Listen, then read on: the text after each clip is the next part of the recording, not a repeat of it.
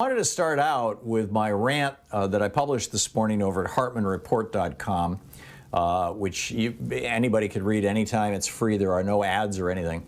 And the headline is America Now on the Verge of Refighting the American Revolution. Now, you know, headlines have to be short, so I really probably should have said refighting both the Civil War and the American Revolution. And the point that I'm trying to make is that, and you know, it's kind of a cute device to say that the red hats we have today are like the red coats of the 1770s. But there actually are a lot of parallels. The Redcoats, the British loyalists and the British soldiers believed that democracy was not a system that worked.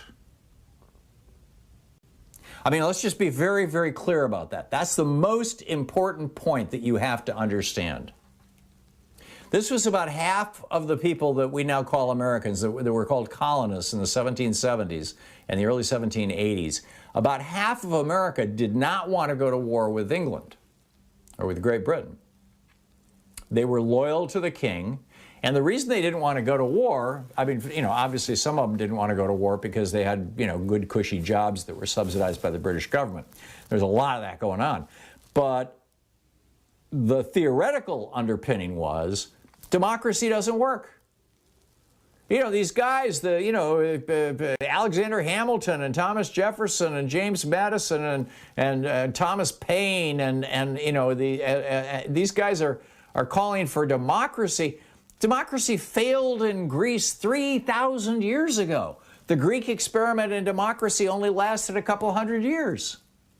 They're talking about a republican form of government. You know, one of George Washington and Thomas Jefferson's favorite phrases, well, it was a favorite phrase of all the founders, all the way up, you know, north or south, slaveholding or not. They referred to what we have now as a small r, republican form of government. It's why when Jefferson created the second political party, the first was the Federalists that John Adams and George Washington put together, and then Jefferson created the Democratic Republican Party, which survives to this day. They dropped the word Republican in the 1820s. But they believed that a republican form of government was possible, and the naysayers said, no, Rome, you know, was a republic. Greece was a democracy. The Greek democracy only lasted a couple hundred years. It failed. They tried it, you know, they tried it in a couple of islands even, and it failed. Sparta.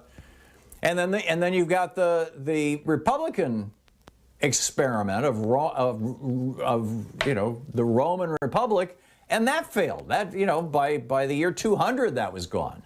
So we've had 2,000 years of living with kings and kingdoms in Europe, and it has worked. It has guaranteed stability. Yes, we have occasional wars, but hey, it works. So let's not try this experiment in democracy.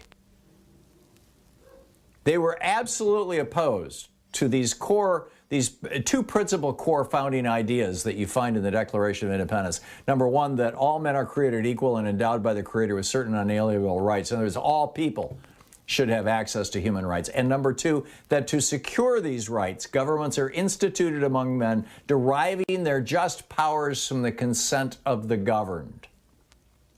Today's Republicans have a big problem with both, particularly that consent of the governed part. Over 300 laws now to make it harder to offer your consent, in other words, to vote.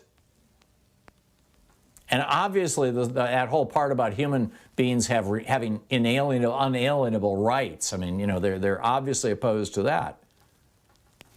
In the Revolutionary War, the people who believed in democracy were fighting a war against both a physical and a psychological war, and kind of a spiritual war. You know, this is a belief system against people who believed that kingdoms were necessary.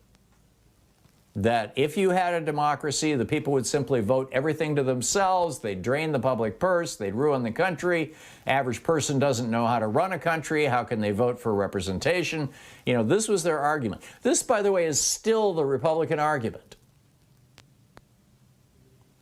It is an elitist, oligarchic, you know, we know better than you. Let the billionaire class rule everything. You know, So anyhow, during the Revolutionary War, it was let's keep the king.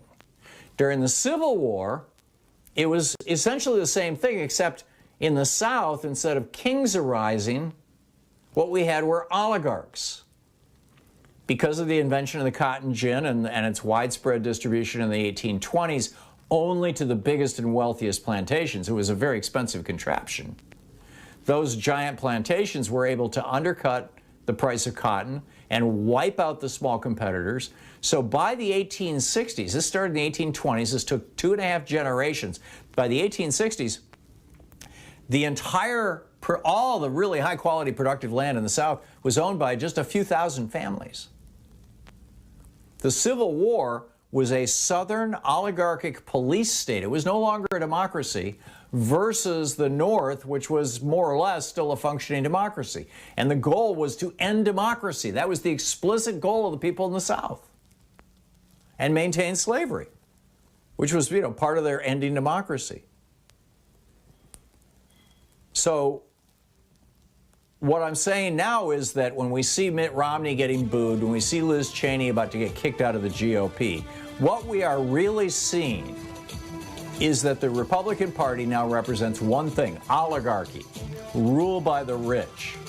They are ignoring this whole idea of the consent of the governed. They want the suppression of dissent. They're passing laws against protesting. They're making it legal to kill protesters. They're replacing the ballot box with a police state. This is the Thom Hartmann Program. And they have some friends. I'll be telling you about that on the other side of this break.